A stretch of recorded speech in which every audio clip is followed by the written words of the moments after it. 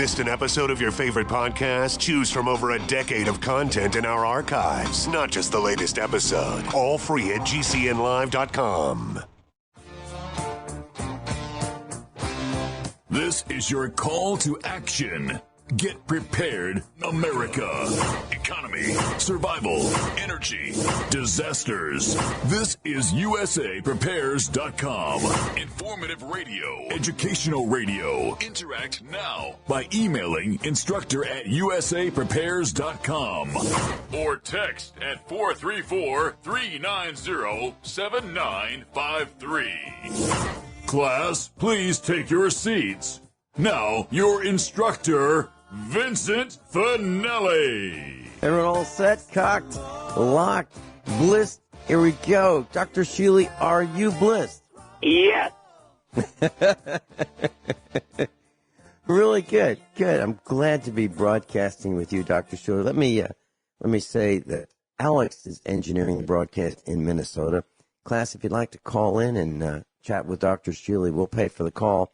866-582-9933, 866-582-9933. If you'd like to listen to us on your telephone, which many do, 605-477-3249,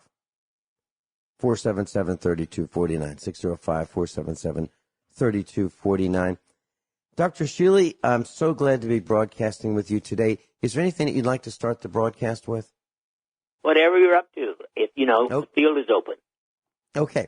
Well, I'd just like to say this, that I was reading an article last week about multiple car crash in Missouri, and 41 vehicles were involved.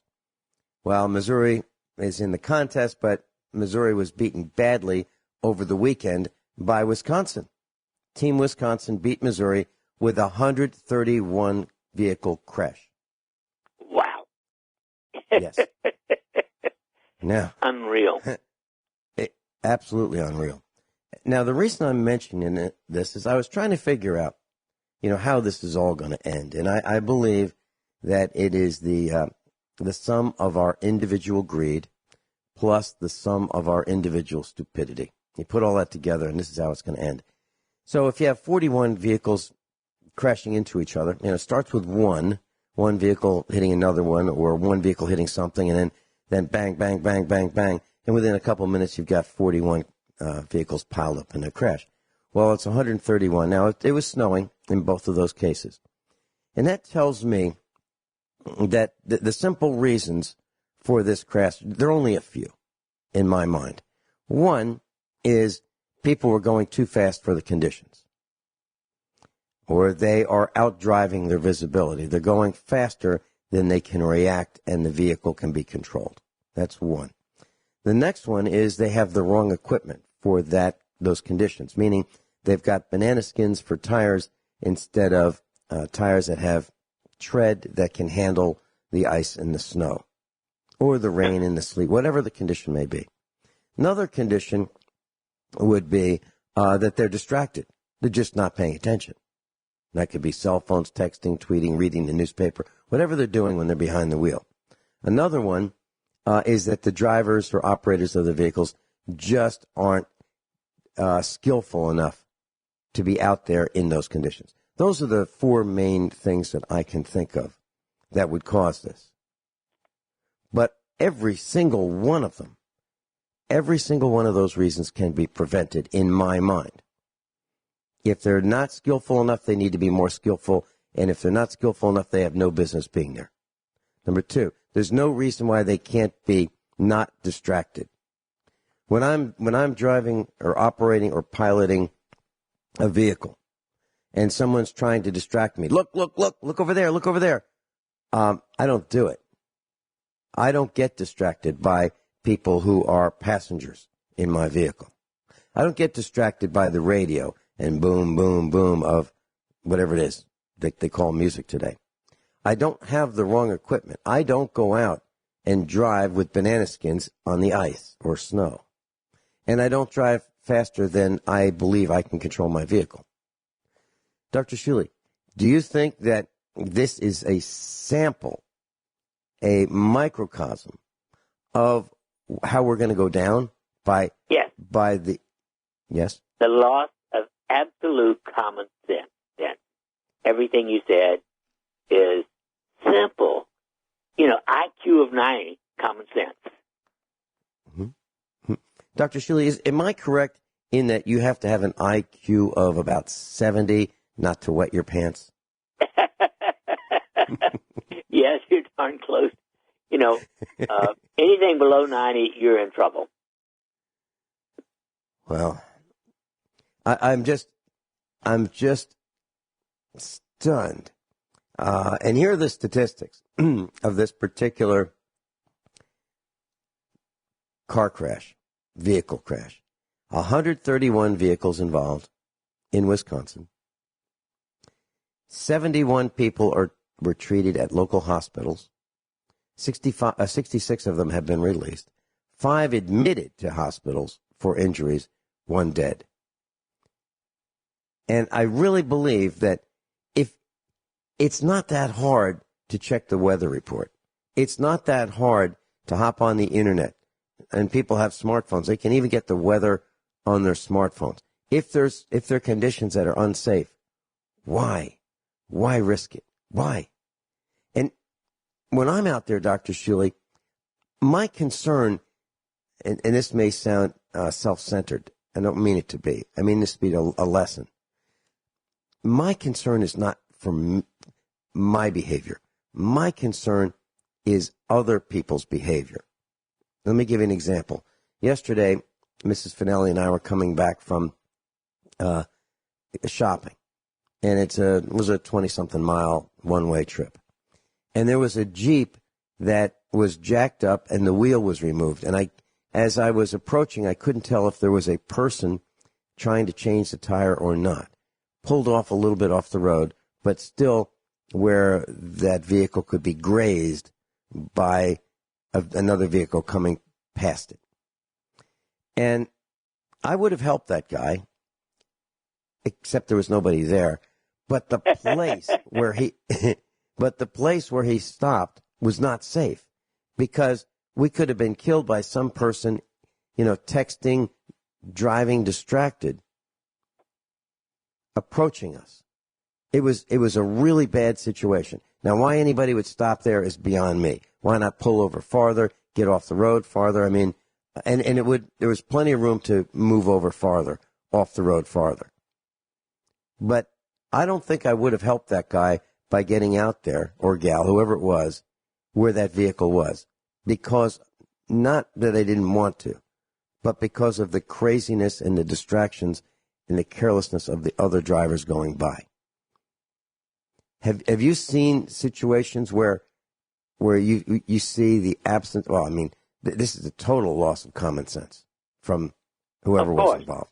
Now, by the way, I just looked it up, and interestingly, 26% of all people have an IQ below 90, and 10% even below 80. Can you say that again, please? 26%, basically just over a quarter of Americans and people apparently throughout the world have an IQ below 90. That means that only essentially 75% of people come in with a normal brain function. Wow. Those are staggering numbers. That sounds, Dr. Shealy, that sounds to me, correct me if I'm wrong, that those 26% are going to need help from the 74%. You got it. And yet, having an IQ below 90 certainly doesn't preclude your being able to get a driver's license. Right.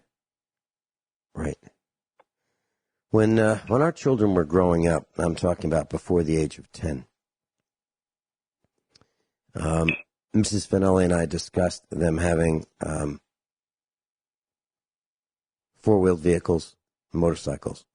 So we bought a Honda Z50Z or Z50. I'm not sure which one it's called, but it's this little tiny motorcycle that a young person, maybe 5 years old, could ride and still put his or her feet on the ground.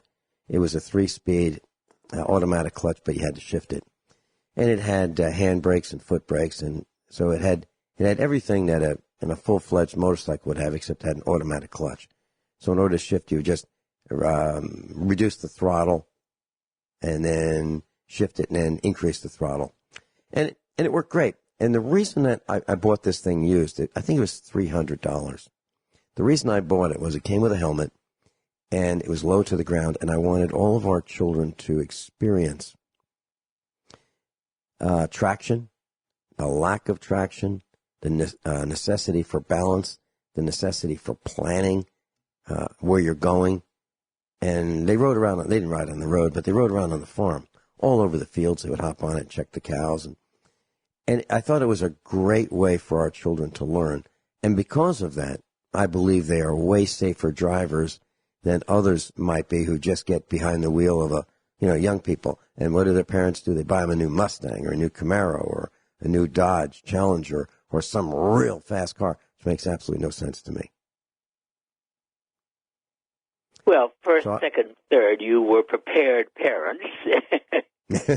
And to me, all parents, in fact, you shouldn't even go near having a child unless you're smart enough, wise enough, and, I don't know, at least conscientious enough to take care of those kids and raise them properly. Mm-hmm. Mm-hmm.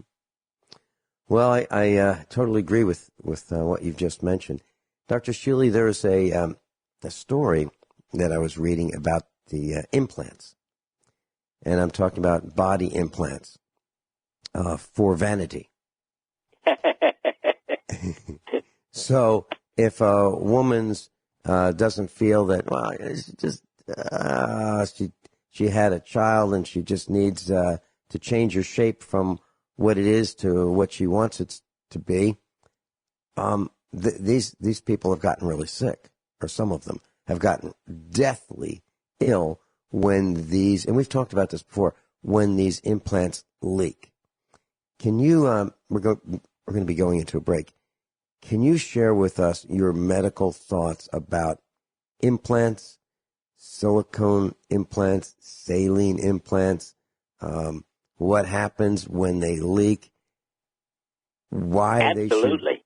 they should, all of the considerations that people should think about before they decide whether to have one or not. And the answer to have one or not is really simple. I mean, that's really easy to figure that one out, especially when we hear what Dr. Shealy has to say.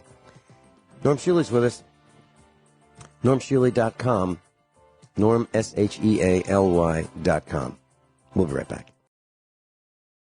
Class, Dr. Norman Shealy is with us, and we're talking about this woman, this mother who got breast implants to fix her mom bod, whatever a mom bod is, and she suffered horrific reactions, including shedding her skin, hair loss, muscle spasms, weight loss, seizures. And they say it was 16 months of this.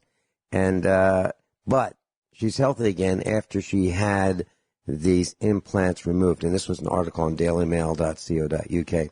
Dr. Shealy, should we get these things? Well, let's face it. We know that the original silicone, so-called implant, led to a significant incidence of various autoimmune diseases, lupus, rheumatoid arthritis, and all kinds of others. I actually saw almost 100 patients back when I did a special evaluation of that, over 25 years ago. And every one of the ones I saw with silicone implants had serious biochemical and clinical evidence of an autoimmune disease. In other words, it is the height of ignorance, stupidity, serious damage. Okay, so Dr. Shealy, I just went on to read a little bit more of this article, and this is quite stunning.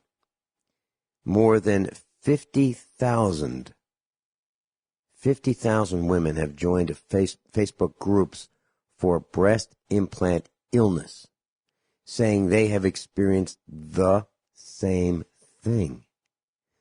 The same thing is muscle spasms, shedding skin, hair loss, weight loss, seizures. 50,000 women have joined Facebook groups for breast implant illness, saying they have experienced the same thing. Oh, yeah. I expect it's, of course, much higher than that. Well, and then it says silicone. The others are too stupid even to join. Mm-hmm. Silicone implants were off the U.S. market from 1990. Were off the U.S. market from 92 to 2014 over fears they could leak, break, cause cancer, and, as you mentioned, cause autoimmune diseases. So, Dr. Shealy, what happens if one of these, first of all, it's a foreign body, right? What happens when any foreign body is inserted into the body, whether it be a screw, a plate, a wire? Well, the immune system goes wape. You know, it wants to, what the hell are you doing here? Mm-hmm. Mm-hmm. And that's for every type of foreign Anything. body? Oh, yeah. Now, I mean, obviously some things are well tolerated, but so we're talking about if you have a hernia repair with a piece of mesh, plastic mesh or steel mesh. Oh, yeah, and there have been, by the way, quite a huge number of those developing serious inflammatory illnesses. Okay. How would somebody know if they have a serious inflammatory illness? Well, it can be anything from swelling of your joints, rashes, problems with digestion, you know, a weak system where you get frequent colds and flu, that kind of thing. And so, all right. So I'm trying to figure this out, Dr. Shealy, what you've just said mechanically. So if a piece of mesh is put in to a person who had a hernia to keep that those organs in place, and the muscle grows around that piece of mesh, right? Right. And then what happens if they say, if the medical profession says, you know what, that's really causing inflammation, we have to take it out. How do they take it out? Well, they can take it out, and that may help the problem, but it might cause more problems because in taking it out, you're going to leave some behind. Wow. You can't literally take everything you put in the body out. Wow. So, what is your advice to a woman who says, you know what, my chest isn't what I want it to be. I can go and, have this procedure done and have some implants done, and I'll be a new woman. What's your advice to that person? Check your IQ. You just proved to me you have an IQ below 90. There you go. Dr. Shealy and I'll be right back. Class Dr. Norman Shealy is with us, normshealy.com. Mark in Illinois. Welcome, Mark in Illinois. Yeah, good morning. Hey, Dr. Shealy, I've had a hernia since 2009 in my belly button, and I've been in some stressful situations since then, and I think it's made it actually worse. I went to the VA down in Danville, Illinois, and when I was in Indiana in 2017, I think it was, and they ran me through all kinds of tests and stuff like that, and they said, well, your fat is in your, because I've got a gut, and they said, well, your fat is in your, in that part of your hernia holding it so your guts are not, going into it. And I just, 3 out of 5 people that I've talked to, I don't like to talk to a lot of people about it, but 3 out of 5 people that I've talked to that had hernias have had multiple surgeries, more than once, more than twice, 3 times, maybe 4. And that's like 3 out of 5. And I'm really reluctant, but I know that I do know the medical, conditions that can develop through that. But I'm just really reluctant to have surgery because, in the hospital, they misdiagnose you for a lot of stuff too.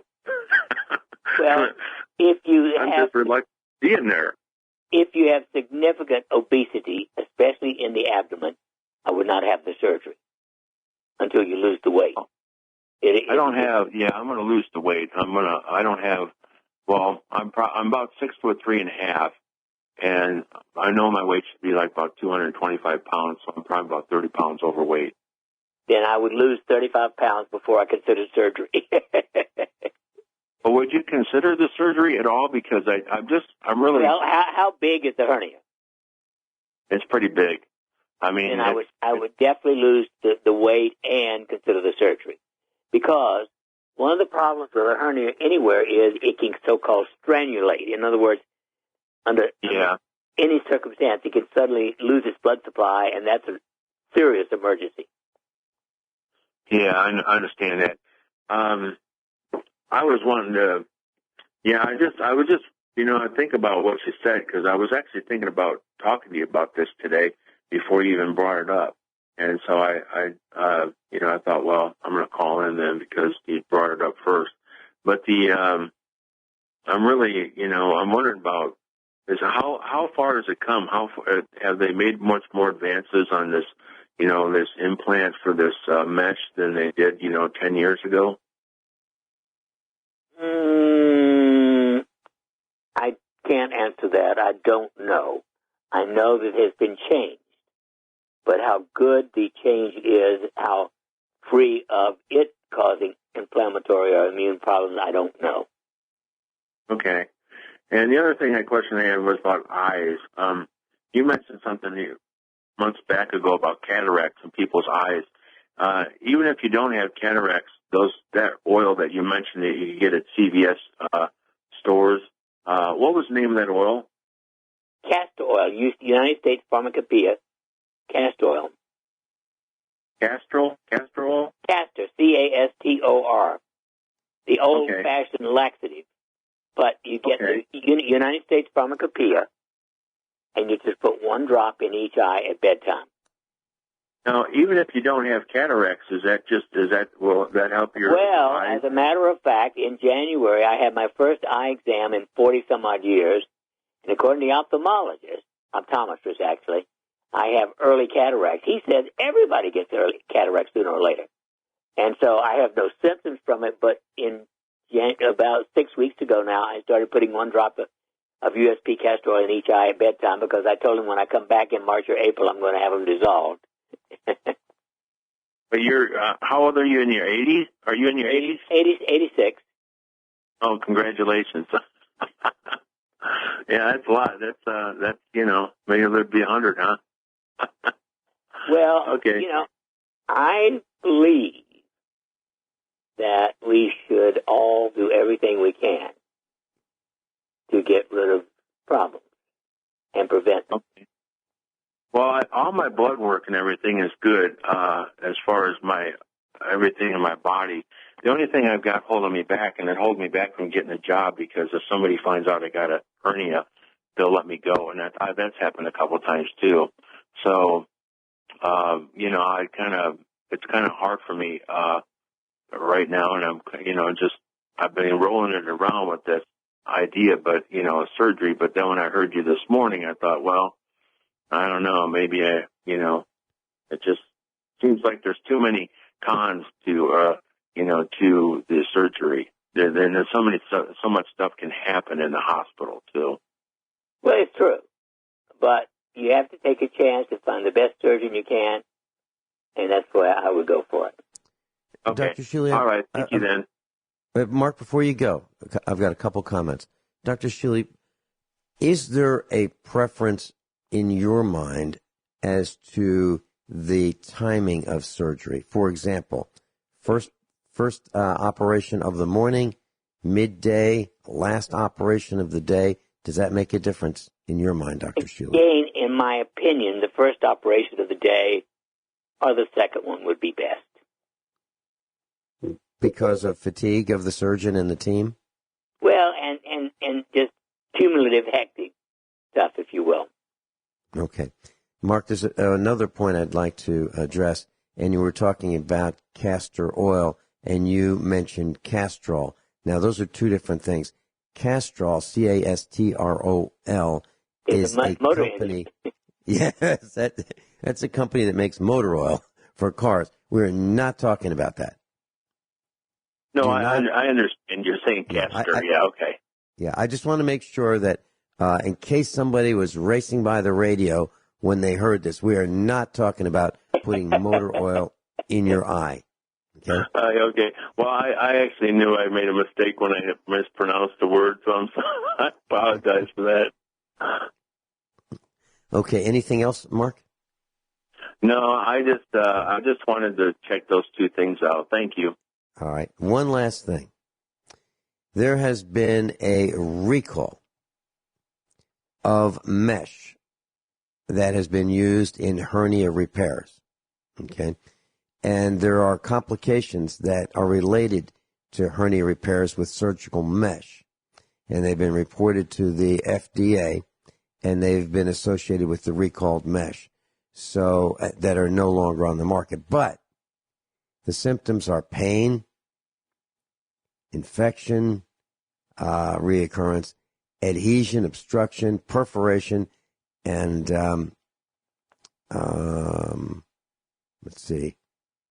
flu-like symptoms. I have another question. If you did go in to get the surgery, a person went in to get it, what would be the good countermeasures that you would want to have in your medicine cabinet to counteract anything that might come down the road? Well, I would want to be sure that I was taking 25 milligrams of B complex, at least 1,000 or 2,000 milligrams of vitamin C, and 10 milligrams of astaxanthin, the strongest form of vitamin A. Everybody should be doing that as an adult forever. Okay, and that's per day or per week day. or per day? Per day. Okay, and what was that last one you mentioned? Vitamin A, right? Well, it's astaxanthin, ASTAXANTHIN. There are a dozen different forms of vitamin A. Astaxanthin is the strongest. Okay. And how much of that? 10 milligrams is a basic, amount. How about if you're taking a good multivitamin? I mean, not something from Walmart or something like that, but I mean a good... Well, I just check it. Is it 25 milligrams of B1, B2, B3, and B6? Okay. And what is B5? Is that something, what is that, B5? Well, yeah, actually there are about 15 different Bs, but I always start with B 1, 2, 3, and 6. Those are the most critical. Okay. But all of them are important. Okay. And how about I got one more question, the cod liver oil. I've heard a lot of people mention, taking cod liver oil. I don't like that, because if you take too much of that, you can actually have severe headache problems. That's why I prefer plain old vitamin D3 for someone your weight, 50,000 units, 50,000 units once a week. Forever. Okay. All right. But you don't recommend any cod liver oil, huh? No, don't need it. Okay. Dr. Shealy, I've got a question about cod liver oil. For probably 40 years or more, I've been taking cod liver oil. There was a man on the radio by the name of Dale Alexander. This was back in the 60s. And he called himself the Cod Father with a C-O-D. And he recommended cod liver oil. But I can tell you that my experience is if I took too much cod liver oil, my nose would bleed when I bent over. Does that jive with your thinking? Yeah, absolutely. Okay. So there's the thought. And I can tell you from my experience, it made my skin very oily, extremely oily. But on the other hand, I don't have any wrinkles at 67. Hey, I'll take a little oil. Mm-hmm. Mm-hmm. So, Dr. Shealy, do you think there's a correlation between me not having wrinkles and taking cod liver oil for so long? Now, I did not take a lot. I don't want you to think that, class, I don't want you to think I took, 2 tablespoons a day. Obviously, there's so many things involved. It's not just cod liver oil or vitamin D or whatever. it's genetics and total lifestyle. Mm-hmm. So I would say it's probably closer to genetics. Okay. All right. Mark, anything else you'd like to discuss with Dr. Norman Shealy? No, that's all. Thank you. Mark, thanks so much for being with us today. All right, bye-bye. There goes Mark. Okay, so back to breast implants, Dr. Shealy.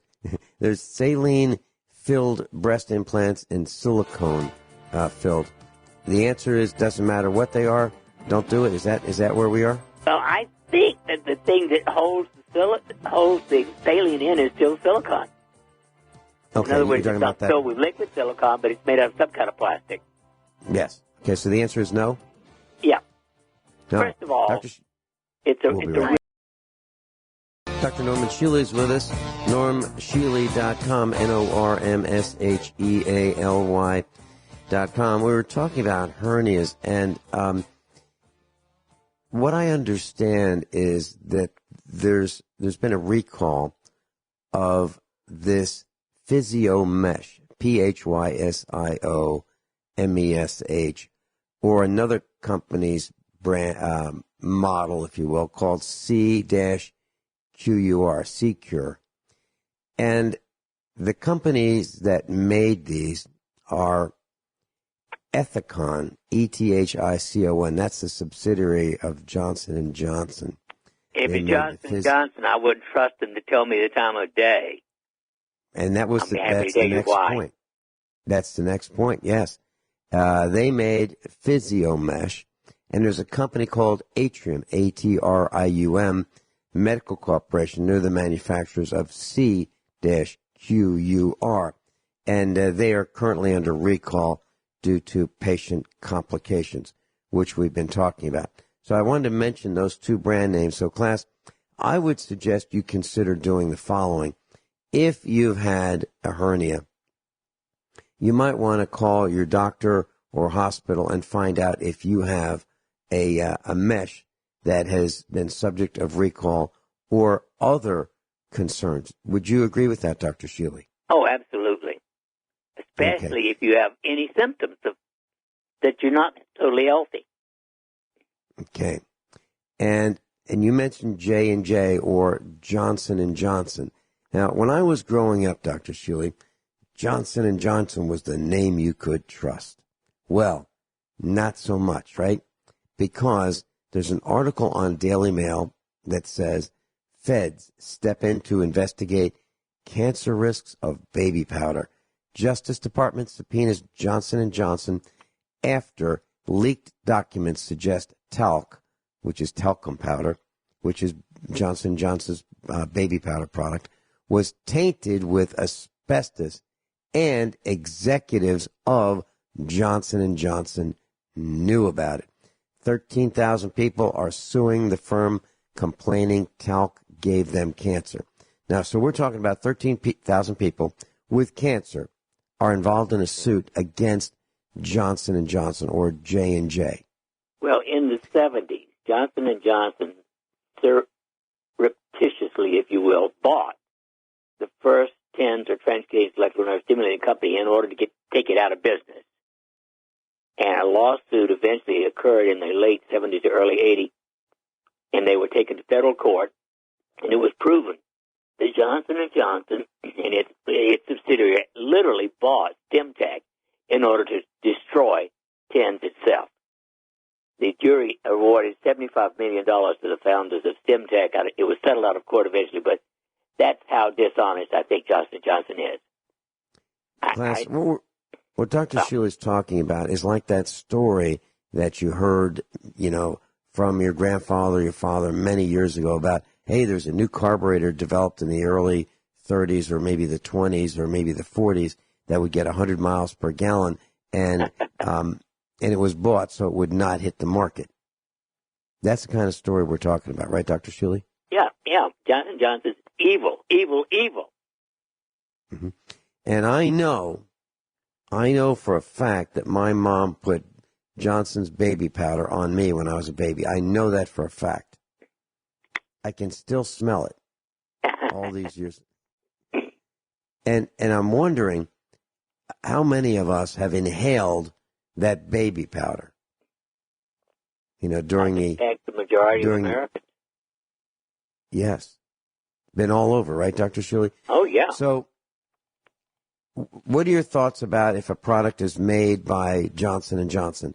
As a whole, do we look at the company as an evil company and we just avoid all their products? Or do we... If possible. Okay. Yeah, bankrupt them by not buying. Okay. When we come back, Dr. Shealy, after top of the hour news and commercial announcements, I'd love to go discuss your book, which I just bought a copy for one of our children. It's called The Illustrated Encyclopedia of Healing Remedies.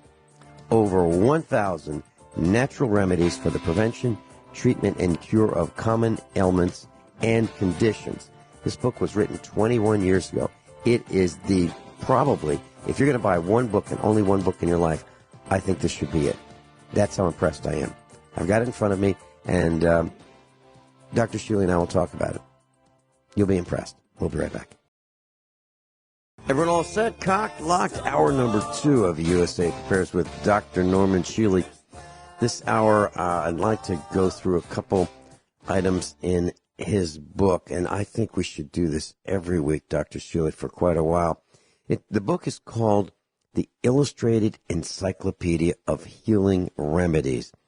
Over 1,000 remedies for the prevention, treatment, and cure of common ailments and conditions by C.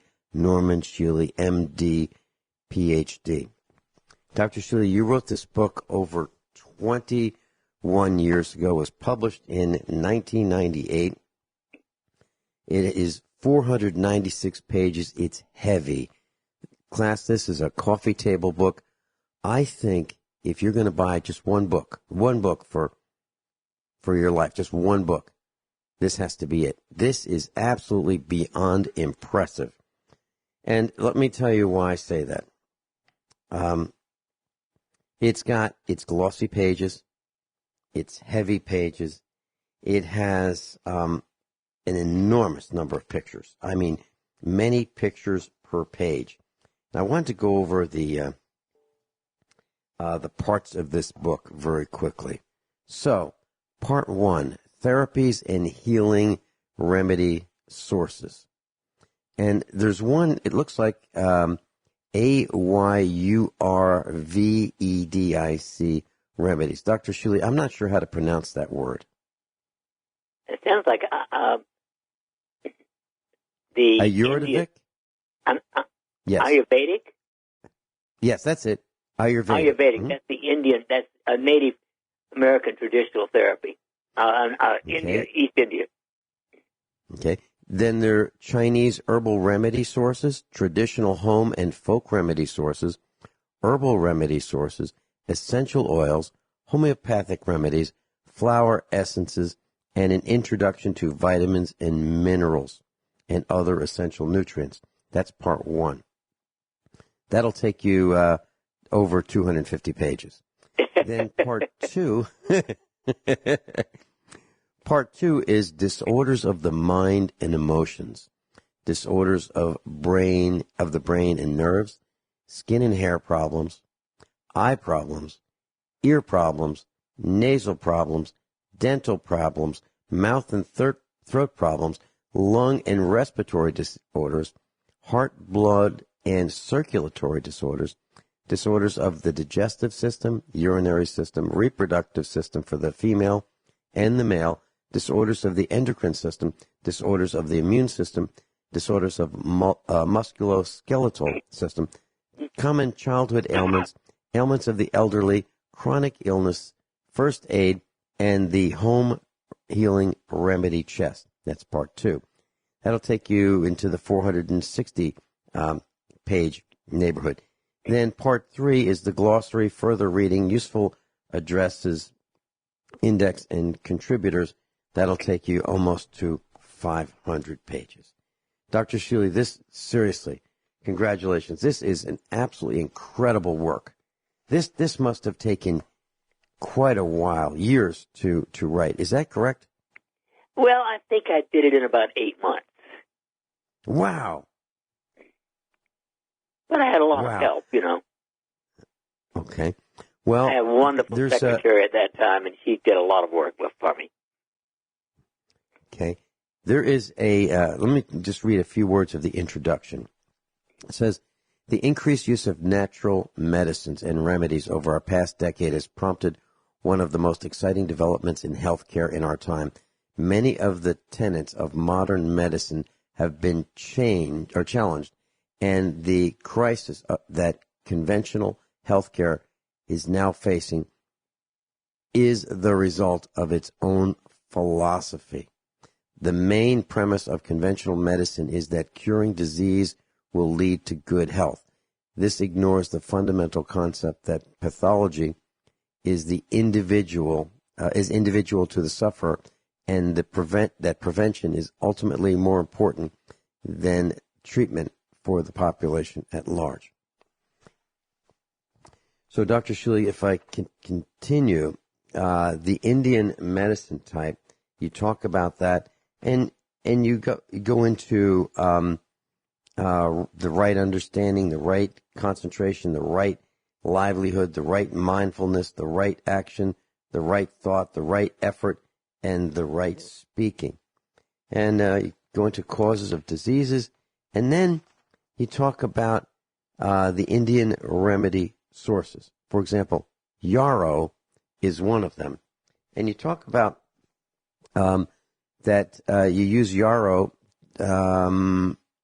It increases cooling. It increases, let's say it this way. Legend has it that Achilles used yarrow to staunch his soldiers' wounds during the Trojan War. Yarrow, according to what you've written back then, it's used for hemorrhages, ulcers, measles, colds, fevers, nosebleeds, abscesses, vaginitis, varicose veins, headache, menopause, hemorrhoids, gout, cellulite, acne, sunburn, smallpox, and chickenpox. And it improves blood clotting. Dr. Shealy, we don't hear too much about yarrow. No, well, conventional medicine uses almost nothing in the natural field. I think one of my favorite things about things is actually other names for yarrow are Achillea borealis, Achillea langulosa, Achillea magna. In other words, they put Achilles' name in front of lots of other things, but in other words, it is primarily associated with Achilles. Mm-hmm. Okay. And then you talk about the camellis root, and you say that it's used for, it strengthens the adrenals, it improves muscle tissue, helps circulation. It's useful in periods of weakness. It's got a beneficial effect on gingivitis, which is a gum disease, and it increases endurance and stamina. It's been used for the treatment of arthritis, shock, cough, and nagging sinus headaches. What are your thoughts about camellis root, Dr. Shealy? Well, obviously, these folk remedies have never made it into mainline medicine because they're not patentable. And so conventional medicine, at least for the last 120 years, has focused only on the pharmacomafia, and they've thrown out everything else. We're up to page 25, class, and there's several pictures of onions, and it talks about the onion and its relative garlic are members of the lily family, and it's one of the oldest known medicinal plants. And you've got a red onion there, you've got a white onion there, and then what you say, Dr. Shealy, is that it's used to treat a broad spectrum of ailments, including but not limited to nerve rejuvenation, colds, skin disease, parasites, bronchial disorders, asthma, joint problems, arthritis, cysts, growths, and fluid retention. Now, we can just eat onions, right? We can have a salad with raw onion in it. Absolutely. What's wrong with that? Okay. And well, I mean, there are many, many immune-enhancing improvement benefits from onions. Okay. And do you get the same benefits? Do we get the same benefits if we have, let's say, sautéed onions versus raw onions versus onion powder? Well, to a large extent, yes. Now, remember, there are a few things that are damaged when you cook them. On the other hand, as far as the digestive system is concerned, more people will have trouble with some indigestion of raw onion compared to cooked or sautéed onion. And personally, I strongly prefer the taste of sautéed onions. Okay. And if you were going to sauté an onion, Dr. Shealy, how would you do that? Well, I pour some olive oil into the pan on very low heat, and I slice the onion into, I just go through the whole onion and slice it in several directions and throw it in the olive oil and stir it occasionally. Okay. And that's olive oil. Sort of burns. Yeah, that's my only cooking oil. Now, when you say olive oil, I have a feeling that you only buy extra virgin olive oil. Of course. Right? Extra virgin, yes. Okay. So, class, extra virgin olive oil. And the reason is, well, tell us why, Dr. Shealy, why you like extra virgin olive oil rather than the light pressed, the light colored, and the just olive oil. Well, all of those have lost the basic antioxidant properties and the virginity, if you will, of the basic olive oil itself. Olive oil is unquestionably the finest cooking and salad oil in the world. Okay. And then, Dr. Shealy, you have on this page number 25 of the book we're discussing, the encyclopedia that you wrote in 1998, you've got a picture of a white onion on a person's skin of the hand, but you've got a red onion that's sliced that looks like that's for eating. Now, is there a difference between the red onion, the sweet onion, the white onion, and what might be just called an onion? Because I was at the produce aisle yesterday, and my first choice was to go to the red onion because I remember you saying that was, that's a better way to go.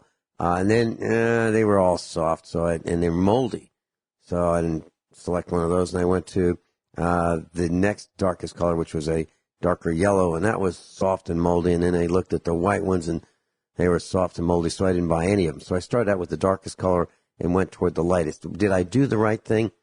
Yes, the darker, the red onion has the greatest polyphenols, which are antioxidants.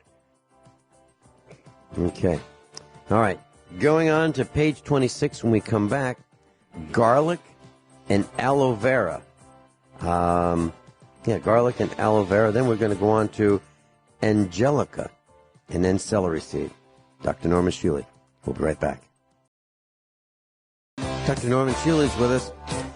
And Dr. Shealy, if someone would like to call you and come visit you at your clinic in Springfield, Missouri, how would you like them to contact you? 417-351-5221. Yeah, that's 417-351-5221. Normal business hours, please. Dr. Shealy, for those who are just joining us, the Illustrated Encyclopedia of Healing Remedies by over 1,000 natural remedies for the prevention, treatment, and cure of common ailments and conditions. It's a coffee table book. I suggest you get one. And Dr. Shealy, before today's broadcast, I asked Mrs. Finelli to place a call and let some of our instructors know that we were going to be talking about this today. And if they wanted to get one, they might want to do it before we started talking about it, so that they were able to get one before they ran out. Dr. Shealy, garlic. That's one of the oldest known medicinal plants. And we use garlic a lot here. We buy a pretty big bag of it. Class, most garlic, as I understand, comes from China. China is the number one producer of garlic, believe it or not. So when you look at the label, you'll probably find China on the label somewhere. Dr. Shealy, what are your thoughts about garlic? Because I have been growing elephant garlic for 40 years or more. I like it because it's 2 or 3 times the size of regular garlic. And I started with, elephant garlic back while I still lived in Wisconsin, and I've never had to buy any more because I always save enough to plant it again. Mm-hmm. And so can you tell us a little bit about how you plant your elephant garlic? What kind of conditions does it need to grow? Well, it's interesting. Both your Irish potatoes, and I do grow those, and elephant garlic, I plant in the fall. Sometime, not later than early October. I just plant it, just barely cover the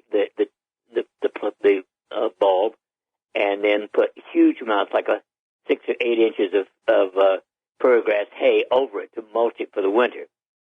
And so it usually comes up in the spring, and then it's ready in the fall. Do you think it's too late to plant it if we were to plant it right now, Dr. Shealy? Oh, no. You can plant it as late as, I would say the latest I would plant it is the end of April or early May. Okay. And for those who don't have it, I guess they can go to their local farm supply and check out, make and get it. Absolutely. Yeah. And there are many different forms of garlic as well, but the one I'm concentrating on is elephant garlic because the little bulbs are many times the size of a regular garlic. More for more bang for your buck. As you were saying that, what we do is we have these buckets. They're called Lick, L-I-C-K, tubs. And what happens is for cattle farmers, we try to give extra protein, vitamins, and minerals during the year. And these great big buckets that weigh 200 pounds apiece have a $5 trade-in value. But we don't trade them in. We keep them because you can't buy anything as big as that. Probably holds close to 20 gallons for $5. And we use that for bucket gardening. So we have, we drill 1/4-inch holes, a few of them probably about 2 inches off the bottom of the container. And then we fill it with soil that we want to use, and that becomes a garden in a bucket. So we have a bunch of those as we go through probably 40 or 50 of those Lick tubs a year. So we have a lot of buckets that, eventually they get cracked. But we drill a 1/4-inch hole to let the water drain out. And we plant elephant garlic in them, tomatoes and peppers. And it's really kind of neat. So you may want to, if you don't have a lot of space and you want to try gardening the easy way, that's a great way to do it. But I'd suggest you be careful that if you're going to buy soil, if you don't have soil, that you do not buy soil that's made with municipal waste. It's got, I'm thinking about Philadelphia and how they used to say you can get some Philly soil, as in Philadelphia soil, which really was this brown stuff that was treated with chemicals, but it really was everything that was flushed down the toilet, hospital waste, paint, insecticide, everything you can think of that went down into the water treatment facility in Philadelphia. They dried it out in the sun, and then they let you come and get it. So I'm pretty sure that's available in the marketplace for planting your vegetables in. So be careful what you buy. And Dr. Shealy, according to your book, you say that you can treat ailments such as nerve rejuvenation, colds, skin disease, parasites, joint problems, arthritis, cysts, and growth, and fluid retention. And don't forget athlete's foot. It is superb against athlete's foot. And do we just consume it, or do we apply it on the? There, I would apply it. Now you can mix it with some lemon juice and do it. But actually, if you could just squeeze the garlic and get the oil out, just a few drops of that on the athlete's foot will help it heal. Mm-hmm. Now, class, we've talked about onions, we've talked about garlic, we've talked about olive oil. So the only ingredient that's missing to have an Italian salad would be some kind of lettuce. So you could get all of this raw if you add some lettuce. Dr. Shealy, what kind of lettuce would you recommend at this point? Well, I strongly prefer various forms. Dr. Norman Shealy is with us, and we're talking about his book. And I mentioned that we talked about extra virgin olive oil, garlic, and onion. Now, the only thing we need to finish this salad is some greens. And we got cut off by top or bottom of the hour commercials. Dr. Shealy, what greens do you like to put in your salads? Well, actually, my favorite of all is kale, dwarf blue curly kale. A second would be romaine, and I like the romaine. You can get a red romaine, which has more antioxidants in it. Mm-hmm. Oh, at least I grow my own. I really like kale as well. And so we buy kale in a great big bag. And we can't eat it as fast as, as we'd like to, so it would go bad. So I mentioned this on the air, and Sharon, one of our instructors, said you could dry it. So we have a dehydrator, and so I just washed it very, very well and cut off the stems, put it in the dehydrator, and within maybe 10, 11 hours of very low temperature dehydrating, it worked perfectly, absolutely perfectly. And so now kale goes on pretty much everything. I use, the vacuum packed freezer bags for things like that. And kale is perfectly fine frozen. Well, that's great because I love the texture of it as well as the taste. And I put it in everything. If I'm making soup, salads, pretty much it's probably what used to be as common as salt. Back in the 60s, everybody salt everything. Well, I don't, but kale pretty much goes on everything. It's absolutely fabulous. So kale and red romaine. Great. And red romaine's, I think, a little harder to get than just the regular romaine, isn't it? Oh, yes. In the stores, it's almost impossible, but you can buy the seeds very easily. Okay, I just wrote that on my list. Interestingly, I'm going to do my spring planting late this year because of the odd weather we're having. At the present time, I'm actually going to plant my spring garden about the 23rd of March. I usually plant it in mid-February. Mm-hmm. Well, it's time we start thinking about starting some seeds, right, Dr. Shealy? Yep. Indoor seeds. Start getting them. Angelica, Angelica, on page 28 of your book. You talk about it's being used to treat menstrual cramps, PMS, anemia, headaches, colds, flu, hiccups, arthritis, rheumatism, poor circulation, adrenal excess, digestive disorders, heartburn, bronchitis, poor blood clotting, and poor liver function. Yeah, any additional thoughts about that? Again, it's one of those natural products that has a lot of health benefits. Actually, they're very large. I mean, there's 60 different species of angelica. It grows natively everywhere from even down into the south, right up into upper Wisconsin. Mm-hmm. The next one is celery seed. Celery seed. Now, that's something that we don't really think about, Dr. Shealy. Celery seed grows wild in India all year round. And so according to what you've said on page number 29, it's a strong diuretic. Yes. So can you use celery seed as a natural diuretic? Yes. How would you suggest taking that? Well, I actually think the best way is to soak it in water for an hour or two, and then just chew it up and swallow it. Okay, because you say you can make a tea out of it as well, and there's a picture of a gentleman with this light amber-colored tea, and he's drinking. And you suggest it be used with other herbs like basil, black pepper, camphor, eucalyptus, and sandalwood. Yeah. Okay. Well, it's good for many, many different things, including gout. It's a natural diuretic. lowers inflammation, lowers blood pressure. Many of these normal things lower blood pressure, by the way. Lowers cholesterol. Class, I hope you can see why we're going through this book, because it's all here.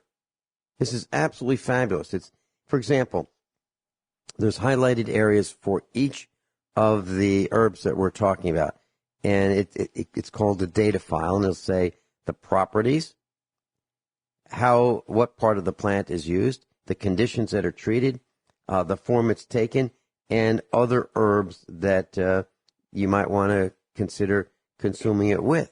And then there's cautions. And for example, celery seed may cause minor discomfort in some people. If you're experiencing a stomach upset or diarrhea while taking it, discontinue it. Pregnant women should not take celery seed without a physician's approval because of its strong diuretic properties, and you shouldn't give it to children under 2 years old. So it's not only tells you what it is, how to use it, where it comes from, and you also have the cautionary information regarding that particular herb. So it's all right here in one place. That's why I said that if you're going to buy one book, this is the book. Barberry, Dr. Shealy, Barberry. You talk about it treats skin infections, urinary tract infections, diarrhea, dysentery, cholera, arthritis, conjunctivitis, high blood pressure, throat infections, mouth ulcers, abnormal uterine bleeding. Barberry. Any comments on barberry? Well, it's a little more difficult because it requires a little more treatment, if you will, because it's a shrub, and you have to take the leaves and prepare them properly. But it's worth considering. Mm-hmm. And here's one that many of us consume pretty often: mustard. And it's the properties that you talk about are antiseptic, antiviral. It aids in digestion. We're talking about mustard powder, I guess, rather than prepared mustard. Is that right, Dr. Shealy? Absolutely. I like plain old yellow or brown mustard. The paste that you can buy in a jar. Mm-hmm. Okay, and what would your favorite type of mustard be? Would it be like a horseradish type mustard? Now that I really like horseradish. That's my favorite. Mm-hmm. Okay. Caraway. I'm looking at caraway seeds. That's something that was in our house when I was growing up. What are your thoughts about caraway seeds? What would we want them for? Because they went into spaghetti sauce, if I'm not mistaken. Well, that is true. Caraway is another of those, seeds that are mostly used in cooking various,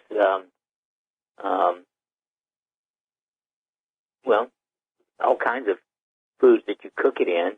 It actually is very similar to the carrot family, and it has some antioxidant effects, among others. They're a rich source of fiber, of course, but it has some essential oils that are good, and it has flavonoids, which again are useful as antioxidants. It says here caraway aids the digestive process. Yeah. It soothes indigestion, gas, and let's see. The oil can be used as an enema for internal parasites.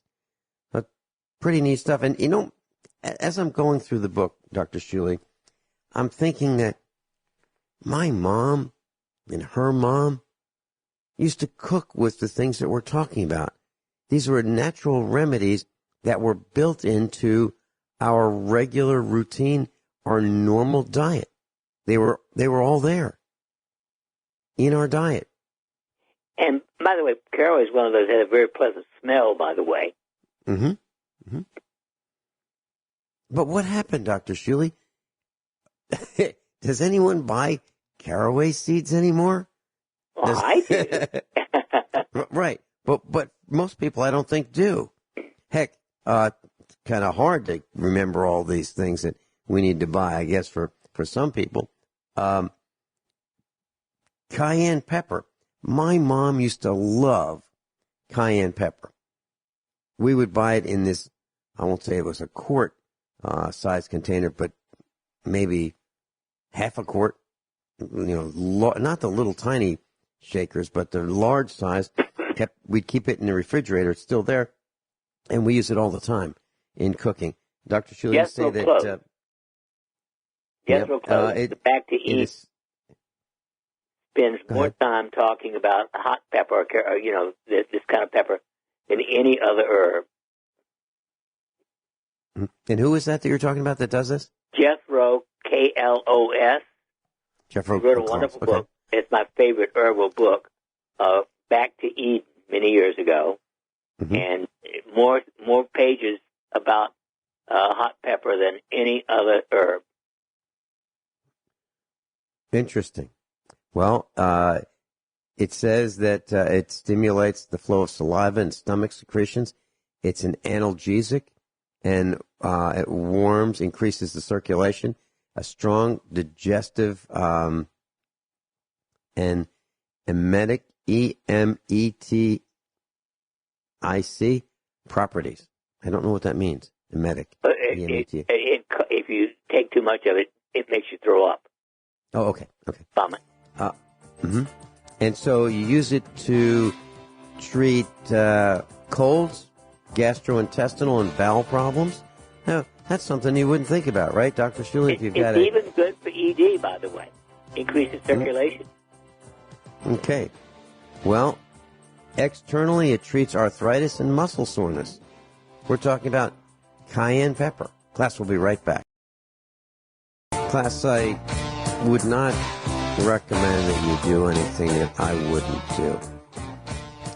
I have one of Dr. Shealy's books in front of us, or in front of me right here in the classroom. Dr. Shealy does not have a copy, so he's going by 21 years ago memory as we go through the book. And so I bought 2 more of them this morning. I bought 2 more. Seriously, I did, Dr. Shealy. And I have a question to ask of you. If I bring in the one that I have, I'm going to bring you one probably this week. I'm hoping I can get out there. If I can, I'd like to bring it so we can go through this next week and you'll have a copy. But would you personalize my copy that I have? Well, Vince, of course, you know that. I love it because my most valuable possessions are the books that I have in the studio that are personalized, and I have a number from Dr. Norm Shealy, and this one I got a while ago, and I'd love to have it personalized. Senna, I should say, SENNA, Dr. Shealy, and this is a kind of a leaf, and you say that it treats. Let me see. Excuse me. Don't use it if you have hemorrhoids, but it's a powerful herbal treatment for constipation, especially when it's chronic. That's something that I haven't heard of, senna being used. I've never used senna for anything, Dr. Shealy, but do you have any comments on senna? Senna, well, it's a laxative. Mm-hmm. And so I don't need laxative, so I've never gone near it. Well, that certainly makes sense because there's a medicine, if you want to call it, called Senecot, right? Yep. I wonder if they should call it Senamite.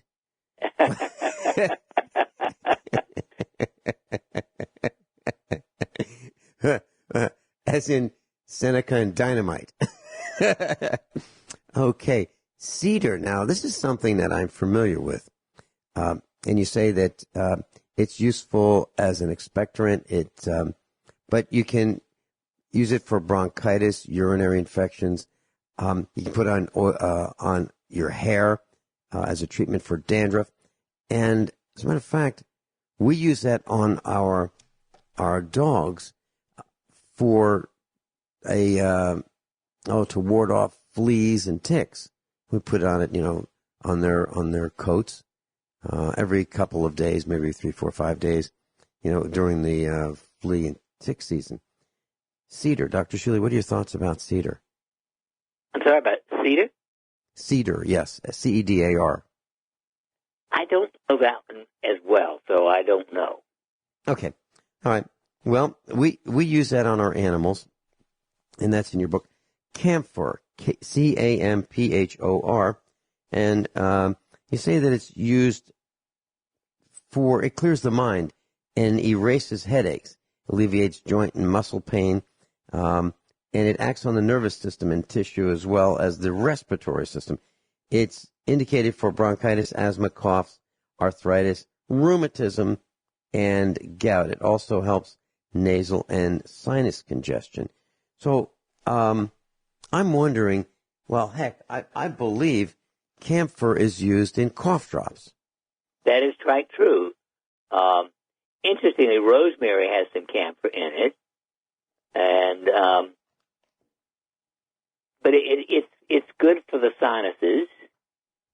It's good, actually, on lots of things, including rubbing it on your athlete's foot or toenail. Mm-hmm. Mm-hmm. Class, each page of this book has at least two images or pictures in addition to the text, so you can see what the herb looks like. And I cannot say enough about this book. Seriously, I hope you consider getting it. Let me tell you what it is one more time. It's the Illustrated Encyclopedia of Healing Remedies. Over 1,000 remedies for the prevention, treatment, and cure of common ailments and conditions. It's so good, I own one and bought 2 more this morning. And you can find it new and you can find it used. Just do a search. Thank you, Dr. Shealy, for being with us today. Thank you, Vince, as always. Have a good one. You too. Bye-bye.